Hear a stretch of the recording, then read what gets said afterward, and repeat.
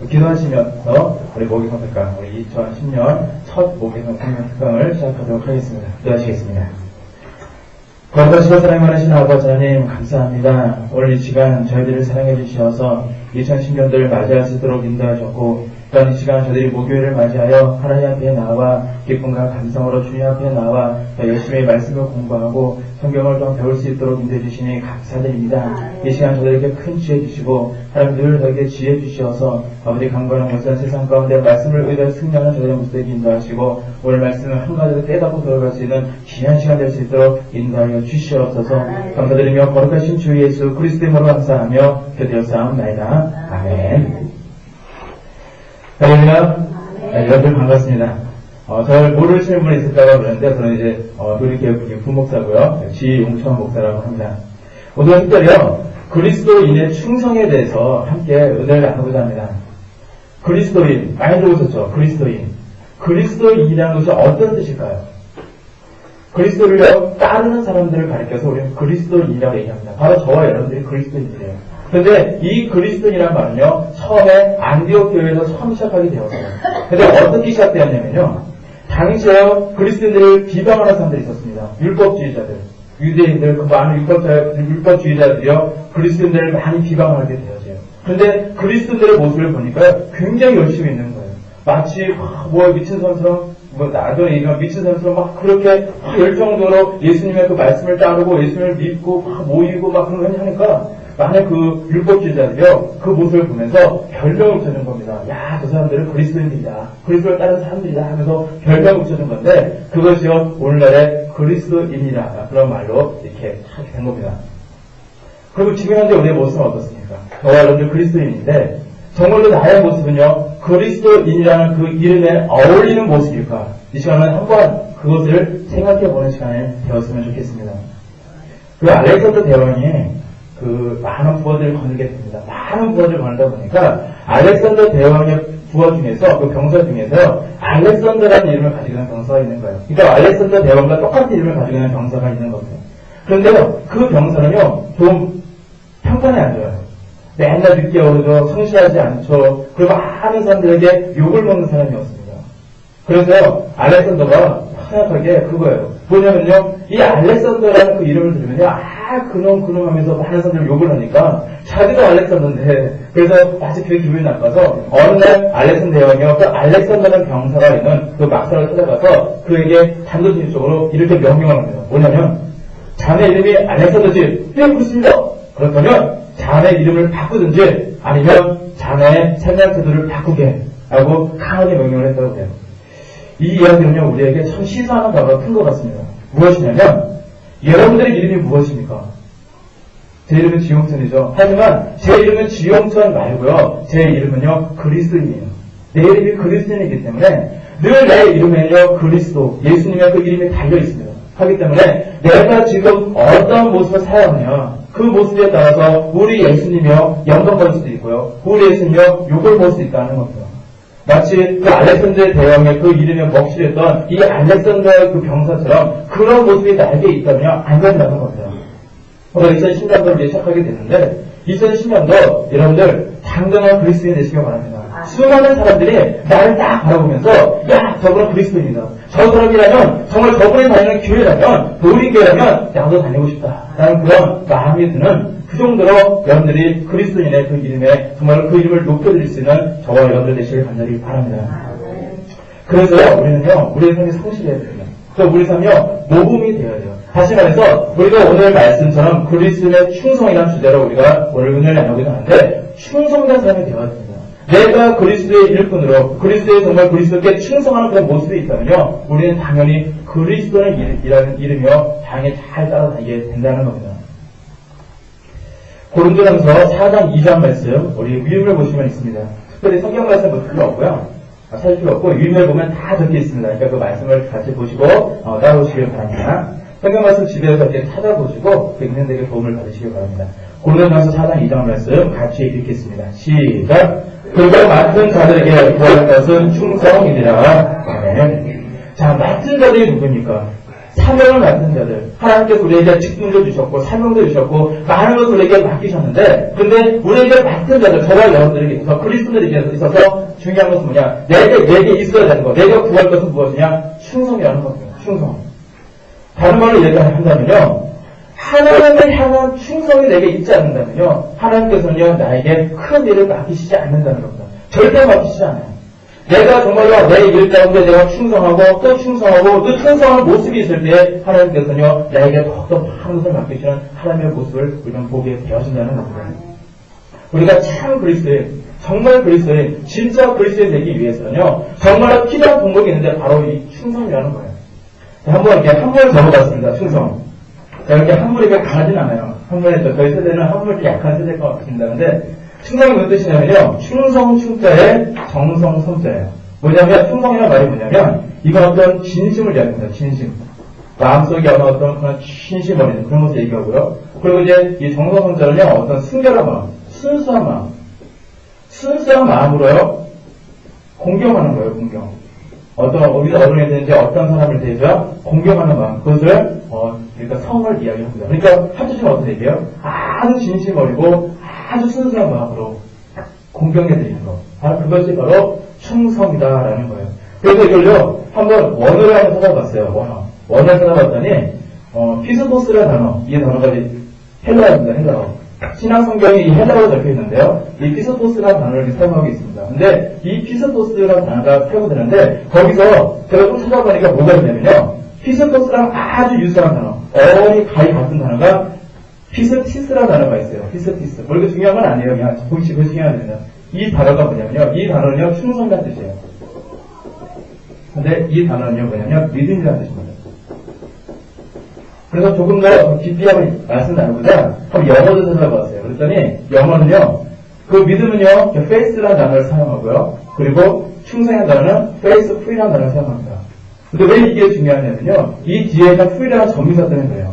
이 ful이라는 전미사는요, 어떤 의미를 가지고 있냐면, 뭐뭐뭐 같은 성질이 있는, 뭐뭐뭐 특성이 있는 그런 뜻을 가지고 있어요. 그래서 대체적으로 우리가 잘 아는 어떤 아름다움이라는 단어가 영어로 뭐예요? 아름다움. 그렇죠. beautiful인데, 이상하다?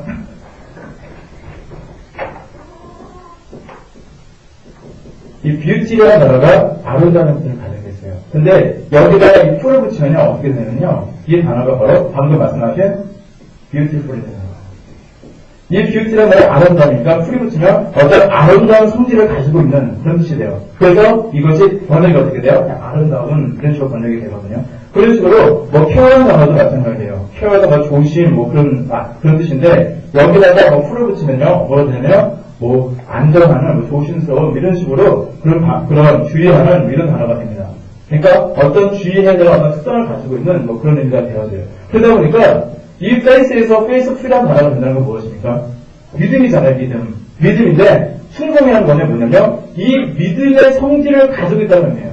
바로 이 충성이라는 말은 믿음이 없으면요, 우리가 충성이 있을 수 없다는 겁니다. 어떤 믿음, 하나님을 향한 믿음, 그런 믿음에 대한 그런 충성을 가지고 있는 그것이 바로 충성이라는 거예요. 우리 세상 가운데도 마찬가지입니다. 우리 세상 가운데도 우리가 직장 생활을 하고 또 어떤 상사 가운데 그런 많은 생각을 하게 되는데 내가 누군가에게 충성하기 위해서는요, 그 사람을 믿어야 돼요. 내가 믿지 않고요, 충성한다는 건 있을 수 없습니다. 그냥 겉으로 그냥 얼굴 봐야 되니까 그냥 가식적으로 그래 있을 수는 있지만은 하지만 정말로 그를 충성하고 충성이 뭐예요? 정말 진심이잖아요. 진심 어린 마음으로 순수한 마음으로 공경하는 거잖아요. 그렇기 때문에 내가 하나님 믿는 것도 마찬가지고 하나님께 충성한 것도 마찬가지고 내가 생활 가운데 살아갈 때 내가 우리 목사님께 충성하고 여러 많은 것이 있잖아요. 우리가 그런데 그 모든 것이 다 이런 믿음에서 출발한다는 것을 우리가 먼저 알아야 될 줄이 있습니다. 우리 마태복음 25장 21절 말씀 다시 읽어볼까요? 마태복음 25장 21절 말씀 읽겠습니다. 시작. 그 주인이 이르되 잘하였으나 착하고 충성된 종아, 내가 작은 일에 충성하였으니 내가 많은 것을 내게 맡기리니 내 주인의 즐거움에 참여할지어다 하고. 아멘. 여러분, 저도 소망이 있다면 무엇이냐면요, 꼭 이 칭찬을 들었으면 좋겠어요. 착하고 충성된 종아. 제가 평생을 이제 주의 종이 되겠다고 이제 초등학교 3학년 때 결단을 했거든요. 초등학교 3학년 결단을 해서 지금까지 오게 되었는데, 목회자에 있어서 가장 바라는 것은요, 나의 주인 대신 하나님께 인정받는 거거든요. 칭찬받는 거거든요. 근데 저만이 하나님의 종입니까? 그렇지 않습니다. 우리 모두 하나님의 종이거든요. 우리가 하나님께 칭찬받는 그런 모습이 되어야 한다는 겁니다. 만약 내가 하나님께 칭찬받는다면요, 하나님께 착하고 충성된 종아라는 그런 칭찬을 받는다면요, 그 인생은 성공한 인생입니다. 바로 그 인생은요, 응답 있는 삶이 되어주고요, 그럼 그 삶이야말로 행복한 삶이 되어준다는 거예요. 여기서 착하고 충성된 종아라고 한번 우리가 가늠했을 때, 자, 이걸요, 다른 의미로 바꿔보자고요. 착하고 충성된 종아를요, 이 충성이라는 말이 뭐였어요? 믿음이 어떤 성질, 믿음이 있는 그것을 얘기한다고 그랬잖아요. 그러니까 다른 말을 바꾸면 어떻게 얘기되냐? 착하고 믿음이 있는 종아라고 바뀌어질 수 있는 것 같아요. 정말 내가 하나님께 내가 인정받기 위해서는요, 나에게 뭐가 있어야 됩니까? 바로 믿음이 있어야 된다는 겁니다. 믿음. 이 믿음을요, 강조하고 또 강조하고 또 강조해도 지나치지 않는 것이 바로 이 믿음이에요. 여러분들 2010도 시작하는데 하나님께 여러분들의 믿음을 드리시길 바랍니다. 그래서 하나님께서 여러분들의 믿음을 보시면서 야, 이 사람 믿음을 보지 못했노라, 착하고 충성된 종아라고 하나님께서 칭찬받으시는 저와 여러분들 되시기를, 반드시 되시기를 간절히 바랍니다. 자, 그렇다면 이제 두 번째 이야기를 나누도록 하겠습니다. 그렇다면 우리가 충성에 대해서 이야기를 하는데, 그러면 성경에 나타나는 충성의 대상들, 어떤 존재에게 충성하게 되었을까라고 하는 잠시 이야기를 나누도록 하겠습니다. 첫 번째는 뭐 되어 있죠? 미물에? 첫 번째, 주인. 자, 주인을요, 두 가지 나눠봤어요. 어떤 세상 가운데서 어떤 주인, 종과 주인의 관계를 생각해봤고요. 한 가지는 당연한 거지만 우리의 주인 대신 하나님에 대해서 잠깐 생각을 나누고자 합니다. 우리 마태복음 24장 45절 말씀 같이 읽겠습니다. 시작. 충성되고 지혜 있는 종이 되어 주인에게 불식 사람들을 각각 때를 따라 양식을 나눠줄 자가 누구냐고. 우리는 요셉에 대한 이야기를 잘 알고 있어요. 요셉이요, 아주 억울한 일을 당하게 되어집니다. 자기 형제들에게 의해서요, 자기의 정말 핏줄에 의해서 그렇게 애국으로 팔려가는 그런 신세가 되어져요. 죽을 수도 있었지만 간신히 목숨을 건졌지만은 이제 애국의 보디발의 집에 이제 종으로 팔려가게 되어집니다. 그때 요셉의 모습은 어땠습니까? 내가 이런 사람이 아닌데, 내가 우리 아버지에게 가장 사랑받던 그런 사람이었는데 내가 이게 무엇인가, 어떻게 여기를 도망칠까, 어떻게 고향을 들어갈까, 그것을 연구했던 것이 아닙니다. 요셉은요, 주어진 자리에서 무엇을 했냐? 그러면 최선을 다했습니다. 특별히 자기의 그 당시 주인이었던 그 보디발의 그 말에 대해서 다 순종하고 모든 것을 잘 갖다서 최선을 다하는 그 모습이 있었다는 거예요. 불만불평에 가득했다면요, 그 요셉은요, 절대 총대신이 될 수가 없었습니다. 그 자리에서 최선을 다하는 모습이 있었기 때문에 하나님께서는요, 그에게 복을 주셨고 그 앞길을 열어주셨던 것을 우리는 보게 되어준다는 겁니다. 우리가 예수를 믿는 사람이기 때문에 하나님께만 잘해야 된다, 그건 아니에요. 하나님께는 물론 잘하고 당연한 것이고요, 또한 세상 사람에게도 잘해야 됩니다. 왜냐하면요, 하나님께서는요, 우리가 생각하지 못하는 방법으로 역사하실 분이거든요. 물론 우리의 이성과 상식과 경험을 뛰어넘어서 역사하실 분이 분명 하나님이십니다. 하지만은 우리 하나님께서 가장 많이 생각하시는 것이 무엇이냐? 바로 사람을 통해서 역사하세요. 늘 사람을 통해서, 믿는 사람이든 믿지 않는 사람이든 그 마음을 움직이시고 그 모든 관계 속에서 하나님께서 역사하시는 것을 많이 보게 되었습니다. 그렇기 때문에 내가 사회생활에 있어서 최선을 다하고요, 많은 사람과 인간관계를 잘 맺어나갈 때, 물론 술, 담배, 금걸 가지는 거 아니고요, 우리 신앙의 모습으로 인간관계를 잘 맺어나갈 때에 우리는 하나님의 역사를 기대할 수 있게 되어진다는 거예요. 지금 시대는요, 종과 주인이 나눠진 시대는 아닙니다. 하지만은 특별히 우리나라에 있어서는 모두가 평등하기 때문에 누구는 종이고 누구는 주인이고 그런 것을 나누는 시대는 아니에요. 하지만요, 내가 어느 체제에 취직하고 있습니까? 그곳에서 내가 언제까지 그 직장을 다닐지는 모르지만 그곳에 있을 때 최선을 다하시기 바랍니다. 내 삶사기도 까딱하시기 바라고요, 주어진 업무에 최선을 다하시기 바라고요, 내가 주어진 자에서 요셉처럼 최선을 다하는 모습이 있을 때 하나님께서 여러분에게 지혜도 주시고 능력도 주시고 여러분의 또 앞길 다음 길도 열어주시는 하나님이심을 믿으시길 바랍니다. 늘 그런 모습으로 늘 열심히 살아가시는 저와 여러분 되시길 바랍니다. 자, 두 번째는 무슨 이야기입니까? 바로 우리의 주인 되신 하나님에 대해서 말씀드리고 와요. 특별히 우리는요, 세상에 많은 그런 주인들, 많은 그런 권세자들, 나에게 월급 주는 사람들, 그런 사람들에게도 우리가 충성하고 그런 모습이 있어야 되지만, 정말 중요한 것은 무엇이냐? 우리의 영원한 주인 대신 우리 하나님께 최선을 다해야 한다는 겁니다. 우리는 예수님을 뭐라고 부릅니까? 우리 예수님을요? 늘 기도할 때, 마치 우리 말하잖아요. 무슨 일 있을 때도 한숨 쉬면서도 주여 말리잖아요. 우리의 예수님을요, 우리는 주님이라고 불러요. 주님. 자, 주님은 뭐냐면요, 쉽게 얘기해서 주인이에요. 주인. 예수님을 나의 주인으로 고백하는 것이 바로 주님입니다. 그렇기 때문에 우리가 우리 주님을, 내가 예수님을 주님이라고 부르면서 나는 정말로 종과 같은 삶을 살아가고 있는가라는 생각을 한번 해봐야 된다는 겁니다. 특별히 우리 모두는 주님의 일꾼이고요, 또 주님의 종들이거든요. 그렇기 때문에 우리가 그 사실을 기억하고 언제나 우리 하나님께서, 우리 주님께서 원하시는 모습을 우리가 살아가야 된다는 겁니다. 종들은요, 주인이 원하시는 대로 살아야 돼요. 내 생각과 내 마음과 내 뜻하면요, 그 주인에게 혼나는 겁니다. 늘 하나님께서 원하시는, 저 주인이 하나님께 원하시는 모습을 살아야 된다는 겁니다. 우리 고린도전서 4장 1절 말씀을 같이 읽어보겠습니다. 고린도전서 4장 1절 말씀 있습니다. 시작. 사람이 나타내 우리를 그리스도의 일꾼이요 하나님의 비밀을 맡은 자로 여길지어다. 아멘. 여기서 그리스도의 일꾼, 이 단어가 괜히 쓰인 게 아니에요. 당시의 헬라어는 특별히 뭐냐면요, 그 단어의 어떤 뜻을 가지고 있어요. 그래서 굉장히 과학적이고 굉장히 정확한 언어가 헬라어입니다. 그래서 하나님께서 특별히 이 헬라어를 통해서 신약 성서를 기록하게 된 이유가 다 있는 겁니다.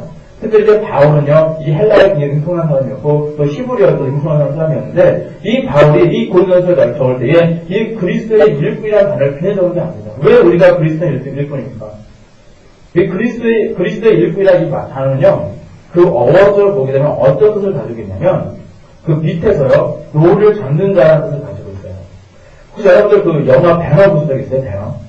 배너 보시면 어떤 장면이 나오냐면, 이 배너가요, 노예로 팔려갑니다. 노예 시장이 팔려가게 되었는데, 어디로 팔려가냐면요, 어떤 배로 팔려가요. 그래서 배에서 무엇을 하냐, 어서 캄캄한 거, 빛도 잘 들어오지 않는 그 지하, 그 뱃속에 들어가가지고, 거기서 노를 잡는 일을 합니다.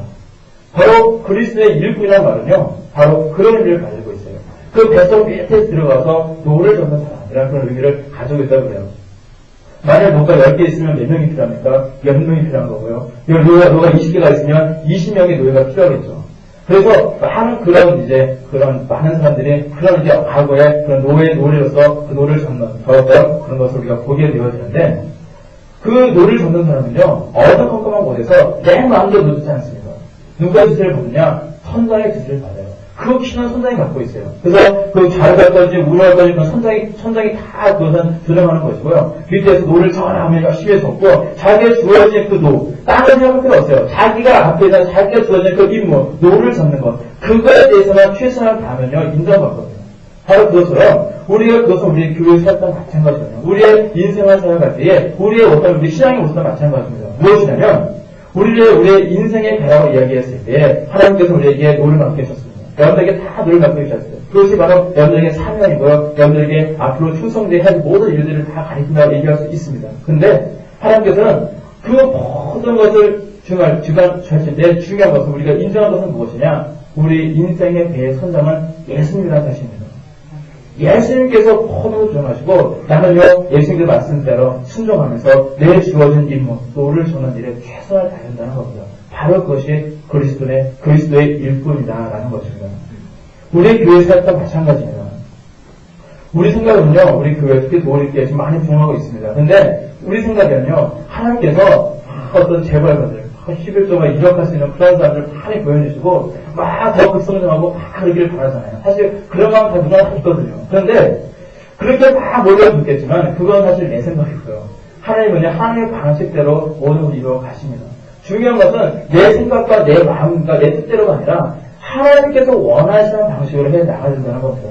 나는요, 내 몸만 열심히 져야 된다는 겁니다. 내가 여성교회에서 어떤 임무를 맡으셨습니까? 아니면 여성교회 장을 맡으셨습니까? 아니면 구역교회에서 어떤 기쁨이 있으시고, 성가대에서 교회학교에서 어떤 여러분들이 맡으신 사명들이 있습니까? 그 사명에 최선을 다하시기 바랍니다. 그리고 우리 도립교회 시신자가 불러왔을 때 그분들을 정말 웃음으로 맞으시고 정말 박수하셨다고. 그리고 혹시나 우리 교회에 한 달 만에, 1년 만에, 2달 만에 이런 분들 있잖아요. 그렇게 가끔 오시는 분들 있는데, 그런 분들 오시면은 박수하셨다고. 그래서 주어진 날에서 내가 정말 그리스도의 일꾼답게 최선을 다해 하나님께서는요, 우리 교회가 점점점 강성해지고, 우리 교회가 점점점 강성해지는 따라 여러분들의 삶과 여러분들의 기업도 강성해지는 축복을 더해주실 줄로 믿습니다. 올해 한 해에도 여러분들 저와 기억나시죠? 무엇인지 아시죠? 열심히 되시길 바라요. 그리고 그 모든 가정 가운데 하나님의 은혜와 축복을 반드시 경험하시는 저와 여러분 되시길 바랍니다. 그리고 우리가 충성의 대상, 또 어떤 사람들이 있냐? 바로 지도자들이 있습니다. 민수기 27장 18절에서 20절 말씀 같이 읽어보겠습니다. 민수기 27장 18절에서 20절 말씀 있습니다. 시작! 여호와께서 모세에게 이르시되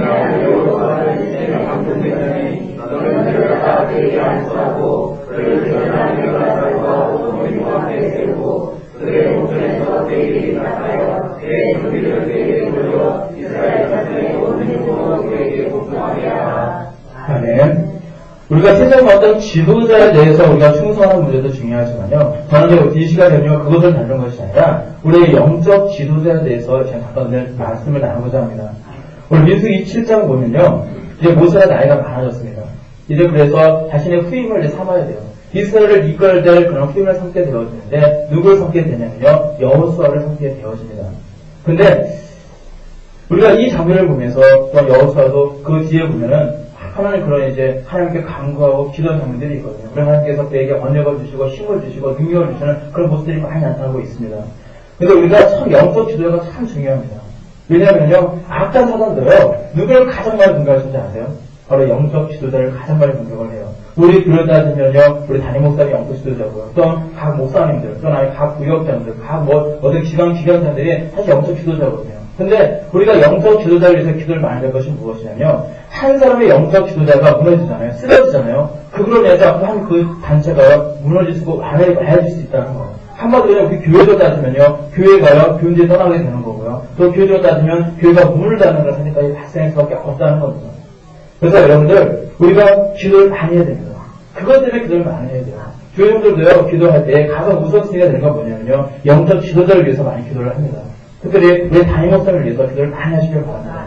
우리가 우리 교회에서 특별히 교회가 부흥하는 과정 중에서 하나님께서는요, 우리 교인들의 가족을 다 부흥하고 다 성장시켜 주시거든요. 그런데 그 모든 교회가 부흥하느냐 부흥하지 않느냐면요, 우리가 어떤 가정을 우리 얘기했을 때 하나님께서는 그 남편, 그 아버지를 통해서, 아버지의 머리를 통해서 그 가정을 부흥시키시거든요. 그 복을 주시거든요. 그래서는요, 우리 교회는요, 담임 목사님의 그 머리를 통해서, 그 모습을 통해서 하나님께서는 그 축복의 통로가 돼서 부흥시켜주고 우리가 복을 주신다는 사실을 우리가 분명히 알아야 됩니다. 그래서 어떻게 해야 됩니까? 우리는요, 기도해야 되는 거예요. 위해서 기도하시길 바랍니다. 내가 영적 지도자, 특별히 담임 목사님 비슷한 한 영적 지도자를 위해서 기도할 때, 그것이 그분들만 위해서 그분들만 잘 되라고 하는 것이 아니에요. 그분들이 잘 되면 나도 잘 되는 겁니다. 그것이요, 우리 교회 안에 하나님께서 한 길처럼 묶어주신 이유가 되어진다는 겁니다. 나의 혼자의 힘은 안 돼요. 나의 혼자의 힘으로 내가 기도하는 거 사실 이거밖에 안 돼요. 조금밖에 안 됩니다. 내가 하루에 1시간, 2시간 기도하는 거예요. 사실 조금만 겁니다. 하지만 나도 기도하고, 별도의 시간도 기도하고, 권세도 기도하고, 성도님도 기도하시고, 새로 나온 신자도 기도하고, 어린아이도 기도하고, 한 기도와 기도가 계속 그 기도의 땀방울이 계속 뭉치고 하나 되면요, 그것이 냇물이 되는 거고, 그것이 강물이 되는 거고, 그것이 바다가 되는 거거든요. 여러분들의 그 기도의 사명을 절대 저버리지 마시고 2010년도 기도로서 승리하는 2010년도. 그래서 우리 교회께도 더 부흥하고요. 여러분들 가족도 부흥하는 귀한 역사 경험하시길 바랍니다. 네. 세 번째로 이제 국가와 왕에 대해서 잠깐 이야기를 나누고자 합니다. 다니엘서 말씀 보겠습니다. 다니엘서 6장 4절 말씀 같이 읽겠습니다. 시작! 이에 총리들과 방백들이 국사에 대하여 다니엘을 고소할 틈을 얻고자 하였으나 그용이 아무 허물을 얻지 못하였으니 이는 그가 충성되어 아무 그릇함도 없고 아무 허물도 없음이었더라. 아멘. 다니엘은요, 한 국가에서 특별히 한 왕, 사실 다니엘 문서 왕이 여러 명의 왕이 있었는데 그 왕에 대해서 충성했던 인물입니다. 얼마나 충성을 했는지, 그가 얼마나 충성하고 얼마나 그가 자신의 사리사욕을 끊지 않고 충성된 사람이었기에 많은 제자들이요, 그의 쩍쩍한 꼬투리를 잡아서 뭔가 허물이 있지 않을까, 저가 뭔가 누가 받은 돈이 있지 않을까, 뭔가 저가 그 왕의 명예를 지키자는 게 있지 않을까, 막 그러면서 수작하였지만요, 잘 한 개도 발견하지 못합니다. 그만큼 충성된 사람이 다니엘이었어요. 그래서 그 다니엘의 충성을 인정받았고, 그러면 3대 왕이 거쳐서 그렇게 존귀하게 쓰임받는 그런 인물이 되었다라는 것입니다. 근데요, 국가의 왕에 대한 충성에 대한 그런 성경 말씀 여러분들 있습니다. 특별히 로마서 13장 6절 말씀, 유물에 있죠? 같이 읽어보겠습니다. 시작! 각 사람은 위에 있는 권세들에게 굴복하라. 권세는 하나님의 아멘. 자, 모든 권세는요, 다 하나님께서 정하신 바이기 때문에 그 모든 권세에 대해서 순복할 것을, 충성할 것을 그 로마서 13장 1절 말씀에 보니까 기록이 되어 있습니다. 그런데 우리는 그리스도인들은요, 그렇다면 무조건적으로 국가에 대해서 충성해야 될까요? 어떻습니까? 성경 말씀에 기록되어 있으니까 이 말씀 그대로 무조건적으로 충성해야 되니까 우리가 성경 말씀을 이해할 때요, 우리는 잘 알아야 됩니다. 이단들이 그걸 잘해요. 한 말씀만 가지고요, 그거만 지벽에 봐가지고 그거 얘기하는, 14만 4천만 얘기하면서 그거만 구원받는다고 막 그런 이야기를 많이 합니다. 그런데 성경 말씀은 전체를 봐야 됩니다. 이 전체의 말씀을 다 봐서 말씀을 통해서 말씀을 해석을 해야 돼요. 그것이 바로 법칙입니다. 제가 이제 군대 입대했을 때가 생각이 나요. 군대 입대했을 때 저는 이제 의정부에는 상공리 보충대를 가게 되었습니다. 그래서 거기서 이제 며칠 지내고 나서 그다음에 자대가 있는 그 교육대에 가서 거기서 훈련을 받고, 특별히 이제 영어부대 수도 기교공예선단 출신인데요. 근데 훈련을 받고 자대에 배치돼서 그곳에서 군사하고 제대를 하게 되었습니다. 근데 제가 이제 상공리 보충대에 갔을 때 이 기억이 나요.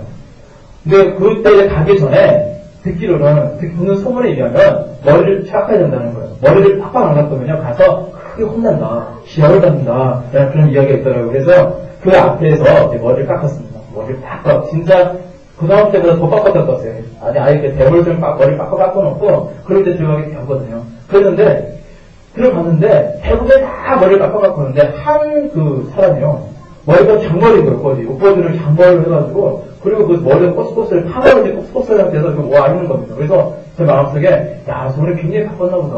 얼마나 바빴으면 머리 안 깎고 오면 진짜 꼴값도 받고 월세도 받고 막 빽빽이 그러고 막 그런다는데 어떻게 저렇게 왔을까라고 생각하고 이제 의아하게 이렇게 바라봤는데, 좀 지나니까 그 교관들 있잖아요. 교관들이 그 사람 부르더라고요. 그리고는요, 못 봤어요. 그걸 못 봤어요. 근데 왜 불렀냐면 나중에 듣게 되니까 그 사람이요, 여화증이에요. 여화증인데 여화증은요, 군대를 입대를 안 하려고 합니다. 그리고 억지로 가게들을요, 총을 들면 안 된다. 총을 들면 안 된다 해가지고 절대 군대 안 하려고 해요. 그래서 그 사람이 그런 사람이기 때문에 데리고 가서 이제 그 사람에게 권유를 합니다. 군생활을 해라. 권유를 하다가 안 되면은 이제 군생활만큼 아니면 어떤 시설로 보내줘서 만약 그렇게 일을 한다거나 아니면 감옥에 보내지게 된다. 그런 이야기를 듣게 되었습니다.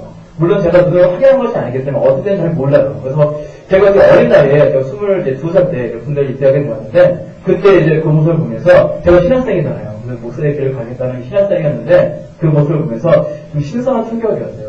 야, 이 안에 있는 사람은 저 정도인데 자신의 어떤 신념과 자신의 신앙을 지키기 위해서, 야, 저 정도까지, 그 월세까지 각오하고, 영사에 가서 각오하고, 저렇게 오게 되었는데, 대단하다. 물론 저 믿음과 그런 모습은 잘못된 거지만은, 하지만 저 열정만큼은 참, 우리 기독교인들이 공부하면 좋겠다라는 그런 생각이 들더라고요. 마음속에 그런 신선한 충격이 이렇게 되어집니다. 그렇다면, 이렇게 어떤 이 종교 측에 보니까, 이런 곳에서도 이렇게 사이비 종교에서 보니까, 어떤 국가의 생활 일에서 반대하고 반항하는 모습이 있는데, 그렇다면 우리 그리스도인들은 국가에 행하는 일은 무조건 따라야 하는 것인가? 그래서 한번 생각하기 원해요. 사실은 다니엘 보면요, 다니엘은 왕에 대해서 충성했던 사람이거든요.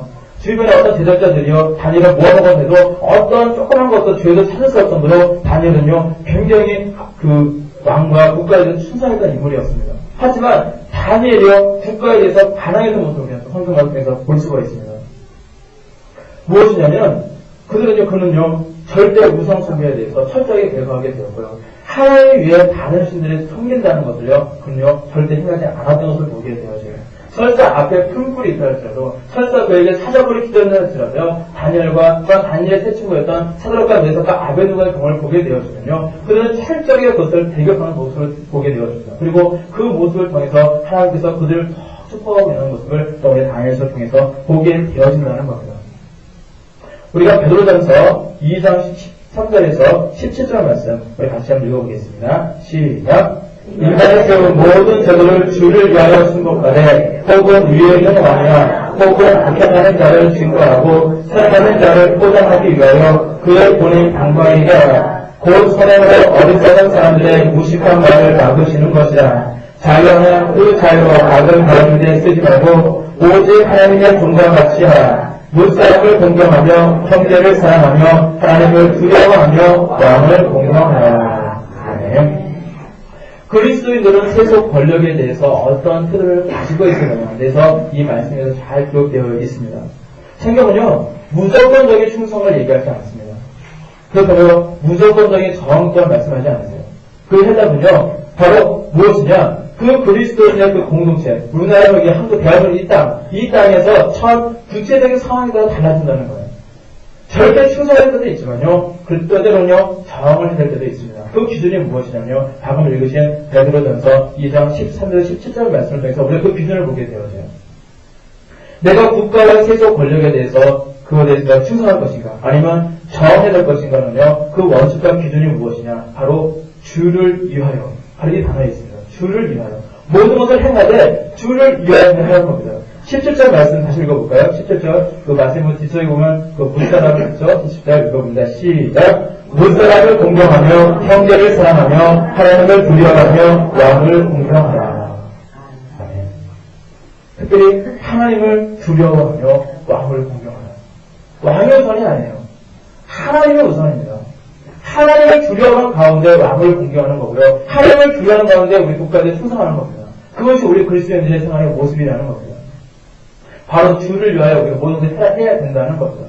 주를 위하여. 하나님을 두려워하면서 이 모든 것을 행해야 된다는 겁니다.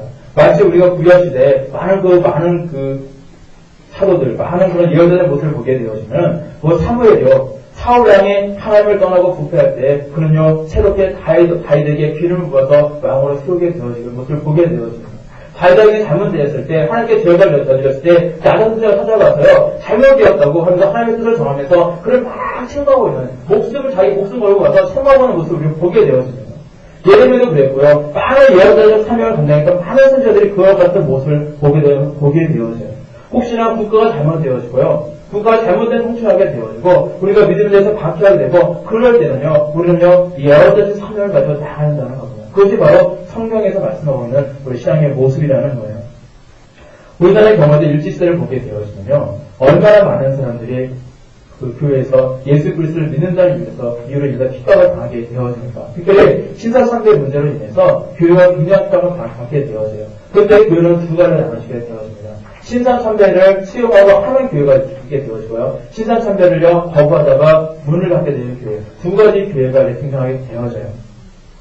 그런데 그 당시에 주기철 목사님이나 아니면은 손양호 목사님이나 그 밖에 이제 이름을 알리지 않은 수많은 그리스도인들이요 정말로 이슬로 하는 분들이 그렇게 순교를 당하게 되어집니다. 그런데 바로 그분들의 순교가 있었기 때문에 오늘날 우리가 이렇게 신앙을 지키고 살고 있다는 사실을 우리가 분명히 기억해야 된다는 겁니다. 예배 전에요 그냥 천황을 향해서 그냥 한국만 전하면 되는 거예요. 그런데 예배 드리면요 아무런 뜻도 없고요 그냥 격려해주고 그냥 믿음 생각이 하는 것처럼 살 수 있었지만요 하지만 그것이 하나님께서 가장 싫어하시는 우상 숭배였기 때문에 과거에 그 다니엘과 세 친구 사드락과 메삭과 아벳느고가 정말 그렇게 했던 것처럼 우상 숭배를 거부하고 자신의 신앙의 지도를 지키다가 정말 이름도 없이 빛도 없이 죽어간 그 선조들이 있었다는 겁니다. 우리 한국 땅에 이렇게 교회가 급성장하고 수많은 교회가 생길 수 있었던 것은요, 바로 그 당시에 흘렸던 그 순교자들의 그 피가 있었기 때문에 바로 이렇게 성장했다는 사실을 우리가 기억해야 된다는 거예요. 그럼 우리는 어떻게 살아가야 됩니까? 지금 좀 편하다고요? 편하기 때문에 그냥 편하게 살아가면 됩니까? 사람과 타협하면 살아가면 됩니까? 그래서는 안 된다는 겁니다. 하나님을 두려워하는 모습으로 주를 위하여 생각하시길 바랍니다. 하나님 먼저가 되시고 하나님 안에서 주님 안에서 이 세상을 살아가는 이 세상에서요 누리지 말라는 거 아니에요. 열심히 누리시고요 여행도 많이 다니시고요 맛있는 거 많이 드시고요 그렇게 누리게 살 때 무엇보다도 우리 주님이 우선에 되어지고 우리 주님을 위하여 살아가는 저와 여러분들이 되어야 한다는 겁니다. 이처럼 아무것도 우리가 할 수 없을 때는 극단적인 그런 상황이지만요 우리의 믿음은요 우리 믿음의 분량은요 순교까지도 각오할 수 있어야 된다는 거예요. 그 믿음과 우리가 가야 된다는 겁니다. 절대적인 절망과 고난이 있다고 할지라도요 참을 수 있는 그런 믿음이 우리에게 있어야 된다는 겁니다. 왜냐하면요 우리는 이 땅에서 사는 끝이 아니거든요. 우리에게는 영원한 줘서 하나님의 나라가 우리에게 있기 때문에 그 나라에서 하나님께 채용받아서는 안 되잖아요. 영원히 채용받고 받으면 살겠습니까? 아니면 이 땅에서 좀 고생해서 살겠습니까? 물론 그렇게 말씀드리면은 영원히 채용받지 않고 이 땅에 좀 고생해서 살겠습니다. 말씀하겠지만은 하지만요 지금도 우리가 살아갈 때에 우리의 중심이 중요합니다. 하나님께서는요, 우리의 중심을 보시거든요. 내가 당장 내게 내가 중심이 되어있다, 내가 믿음이 있다 해서 내게 권한 주시는 거 아니에요. 내게 복을 주시고 표를 주셨지, 권한 주시는 것은 아닙니다. 하지만, 시대와 상황이 허락하지 않는다면, 때로는 그 고난 가운데 우리 있을 수도 있다는 사실을 여러분들이 기억해야 된다는 겁니다.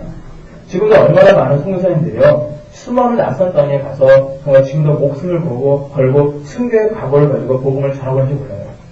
굉장히 많은 분들이 가서 지금 복음을 전하고 있습니다. 물론요, 선교사님 중에서도 잘못된 선생님도 있어요. 목사들 빨리 쓰니까 가서, 필리핀 이런 데 가서 그냥 대학원 등록하고 공부하고, 연수점 이렇게 가는 그런 분들도 사실 있어요.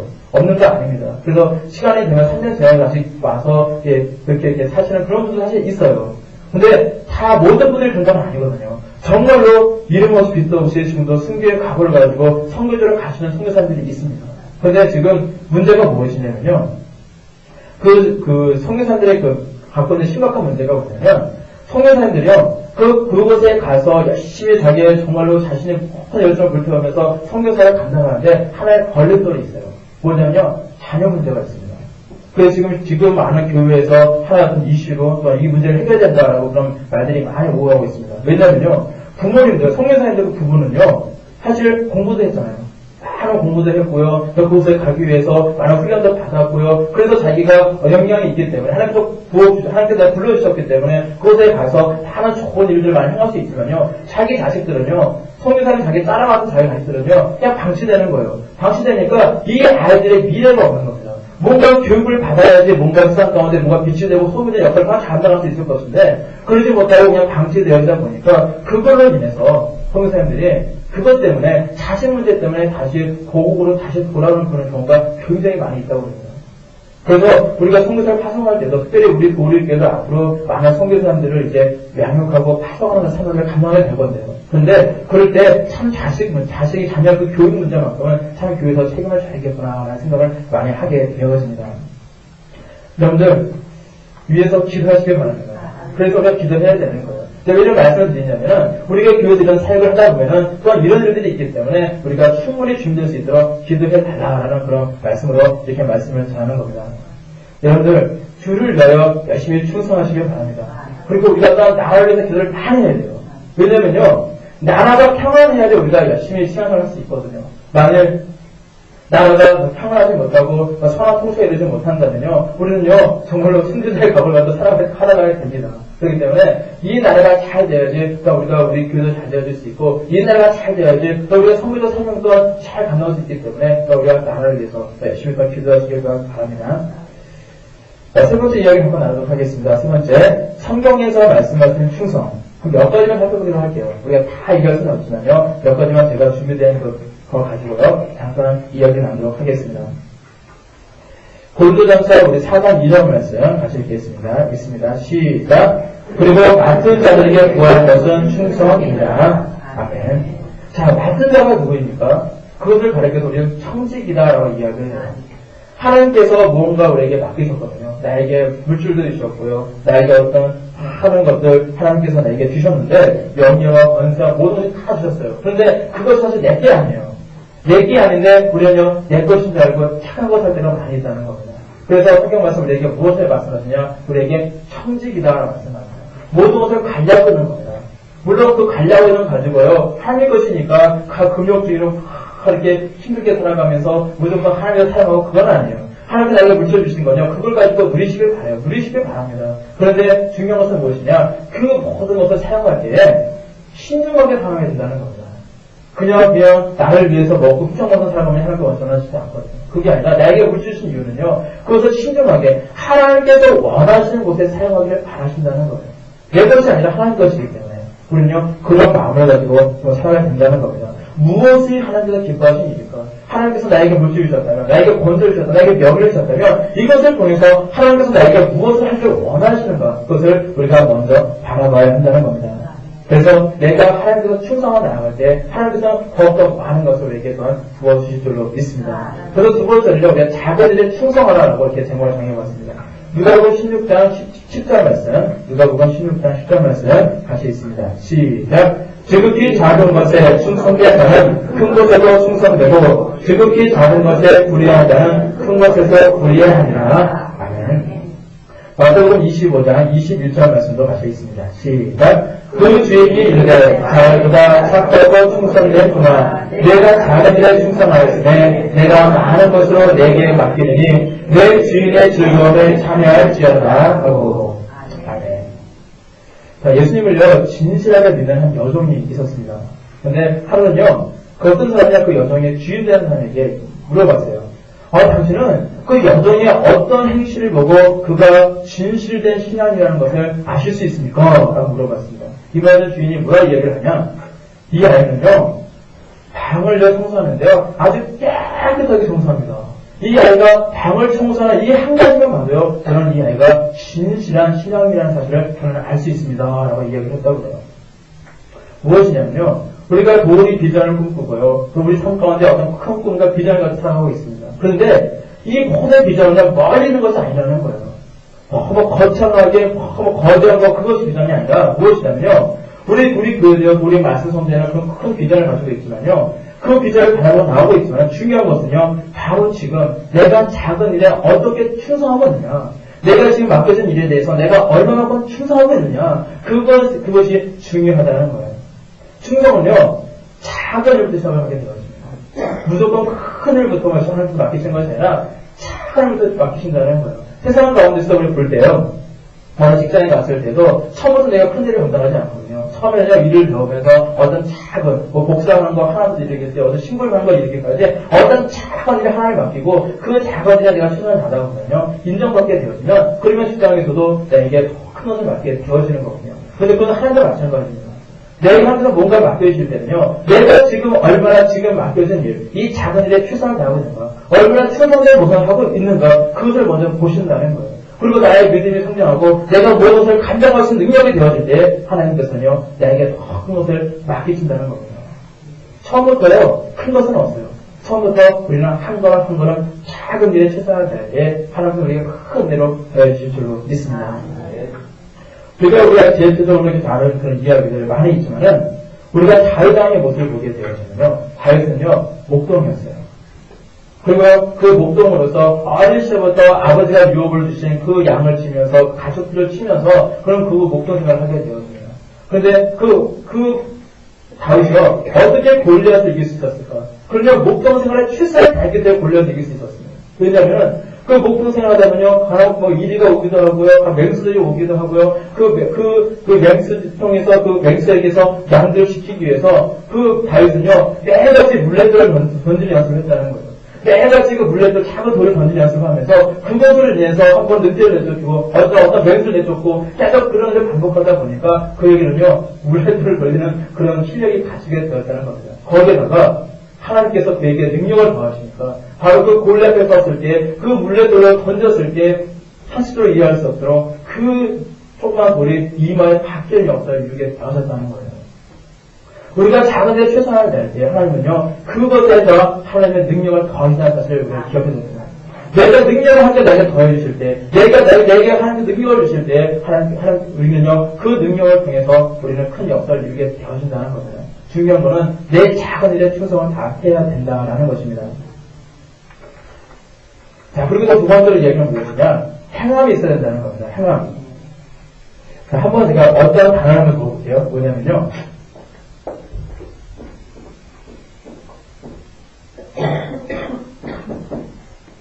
제가 이 단어를 쓴 건데요. 충성필자를 쓴 건데. 자, 이 충성필자를 한번 이렇게 적어볼게요. 자, 뭔가 하나 빠져있죠? 자, 이게 무슨 단어죠? 어떤 사람이 이런 얘기를 했더라고요. 입구죠? 이건 무슨 단어죠? 마음의 심이죠. 그러니까 입과 마음이에요. 그래서 사람들을 보면요, 내가 말한 것 따로 마음 따르거든요. 그리고 내가 말해놓고 행동하지 않고 이제 그런 것들이 있습니다. 근데 충성이 무엇이냐? 이 한자를 가지고 어떤 이런 설명을 들어서 참 공감이 되거든요. 충성이 무엇이냐? 이 입과 마음이 있는데 여기에다가 무엇을 하냐? 대못을 박는 거예요.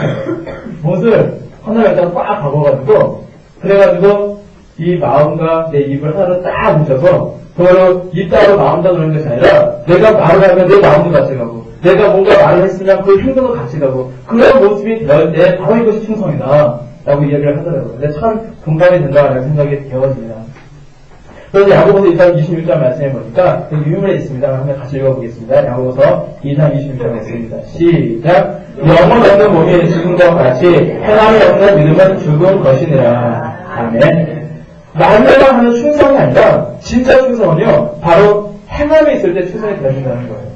그런데 처음에 말씀드렸지만요, 이 충성은 뭘 같이 갑니까? 이 충성은요, 이 믿음도 같이 가거든요.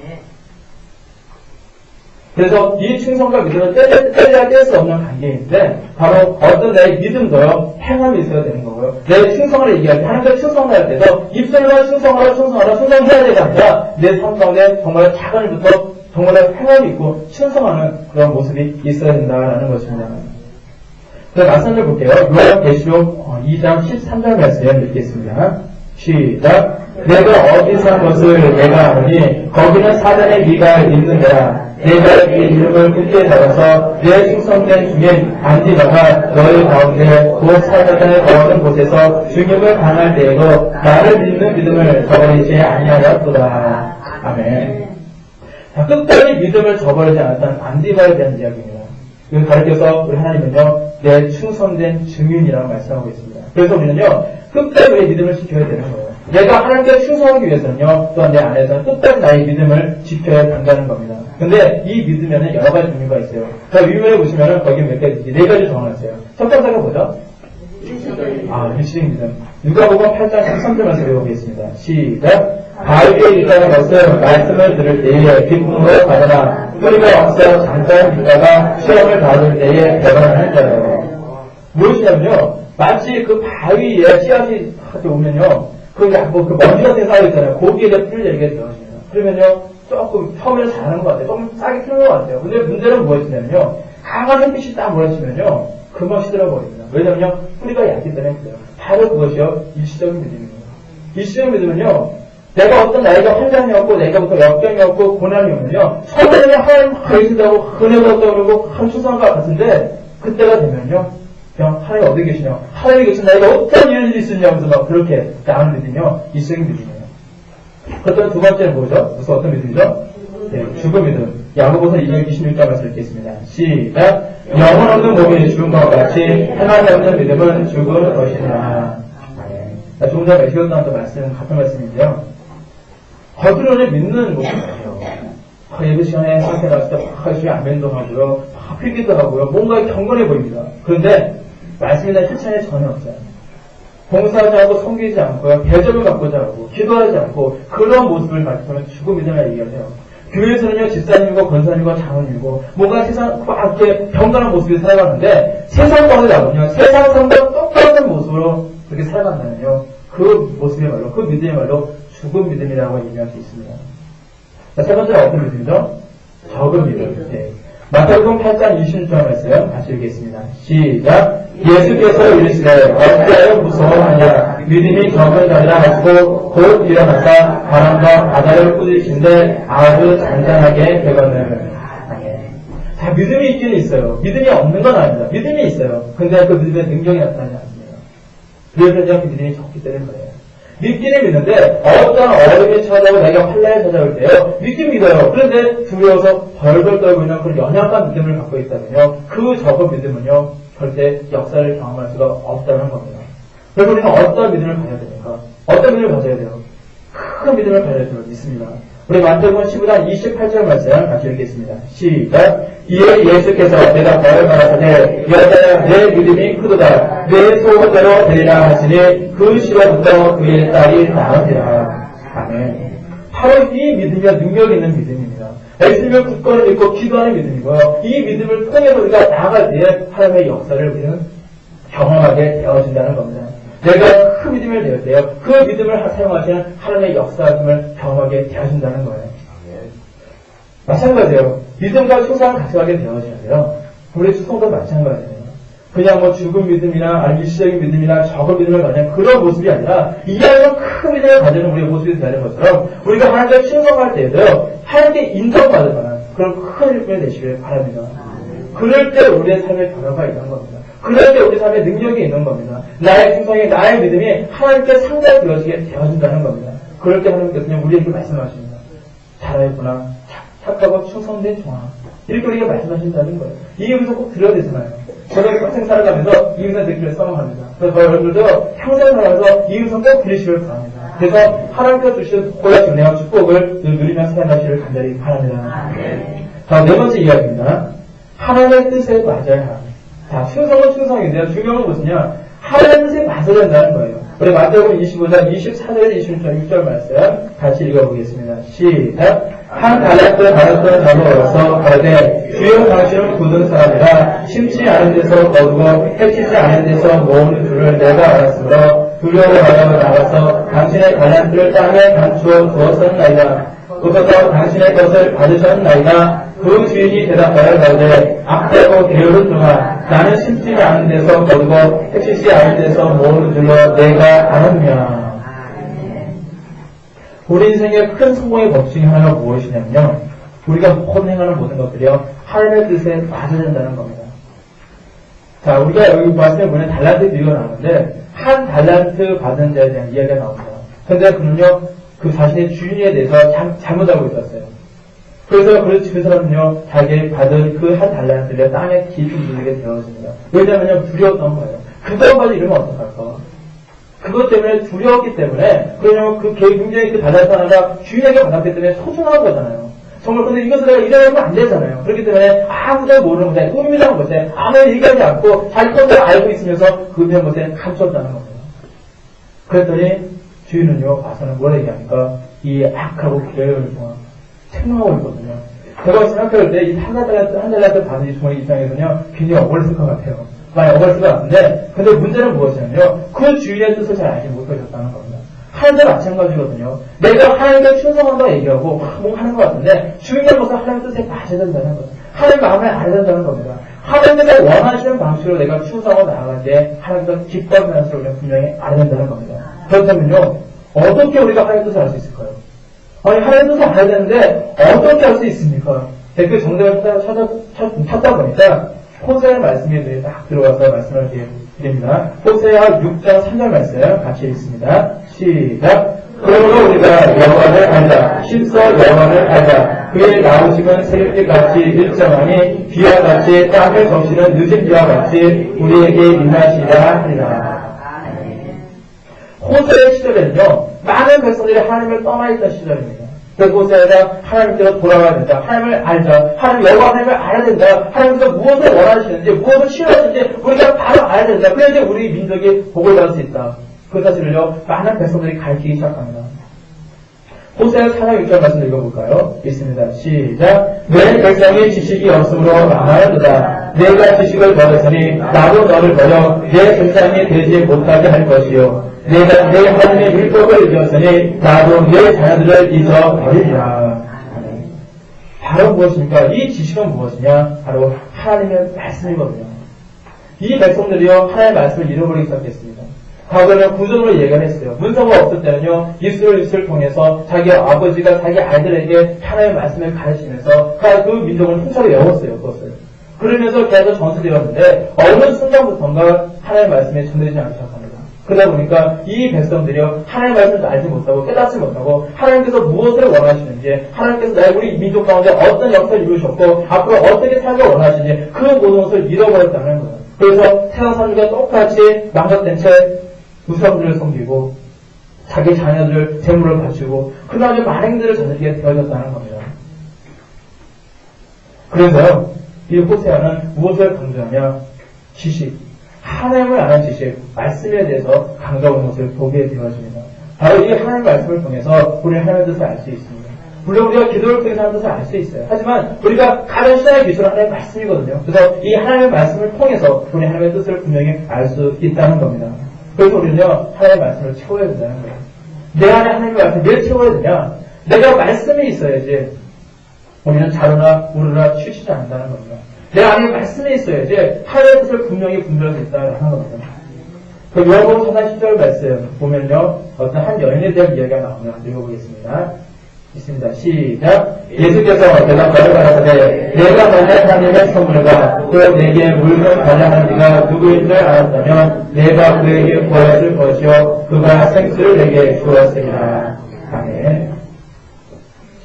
어떤 불쌍한 여인, 불쌍한 사마리아 여인에 대한 이야기입니다. 이 여인은 잘 알잖아요. 남편이 5이 있었고 그런 이제 불쌍한 여인이었고 많은 사람들이 천대와 멸시받는 그런 여인이었습니다. 수많은 사람들은요, 저녁이 되면 날씨가 선선해지면 그때 와서 물을 빚는데 이 여는 사람이 물을 피해서 저 모에 대낮에 뜨거운 햇빛에 아무도 없는 그때 다 물을 피해서 와서 물을 빚는 그런 여인이었어요. 근데 이 여인에게 예수님께서 말씀하십니다.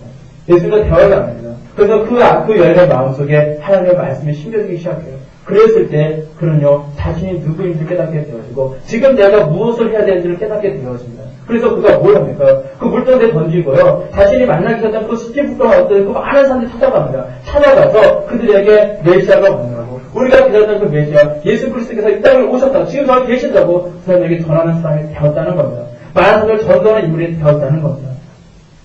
특별히요, 우리 교회가 부흥함으로 인해서 우리가 이제 교회에서 이제 많은 일꾼들을 이제 뽑게 되어집니다. 그리고 이제 그래서 교회에서 더욱더 충성하고 봉사하는 분들이 날이 가서 많아지게 될 것이에요. 근데 우리는요, 우리가 중요한 것은 우리의 우선순위도 중요하게 해야 한다는 겁니다. 무엇이 중요한지 알아야 한다는 겁니다. 내 안에 말씀을 채우는 거 중요하고요. 또 예배 드리는 거 중요하고요. 기도하는 것이 중요한데, 그것이 중요한데, 그것이 아니라 내가 설거지하는 게 더 중요하고, 봉사하는 게 더 중요하고, 그렇게 되어서는 안 된다는 거예요. 그 이야기를 통해서 우리가 마지막으로 마르다와 마리아 이야기를 잠깐 살펴보고요. 우리가 오늘 강의를 마치도록 하겠습니다. 누가복음 10장 38절에 42절 말씀을 다시 읽어보겠습니다. 있습니다. 시작. 저희가 길 갈 때에 예수께서 한 손에 들어가시네 마리아라 이름하는 한 여자가 자기 집으로 영접하더라. 그에게 마리아라 하는 동생이 있어 주여 발 아래 앉아 그의 말씀을 듣더니 마리아는 준비한 일이 많아 마음이 분주한지라. 예수께 나아가 가되 주여 내 동생이 나 혼자 이렇게 두는 것을 생각지 아니하시나이까 저를 평하사 나를 도와주라 하소서.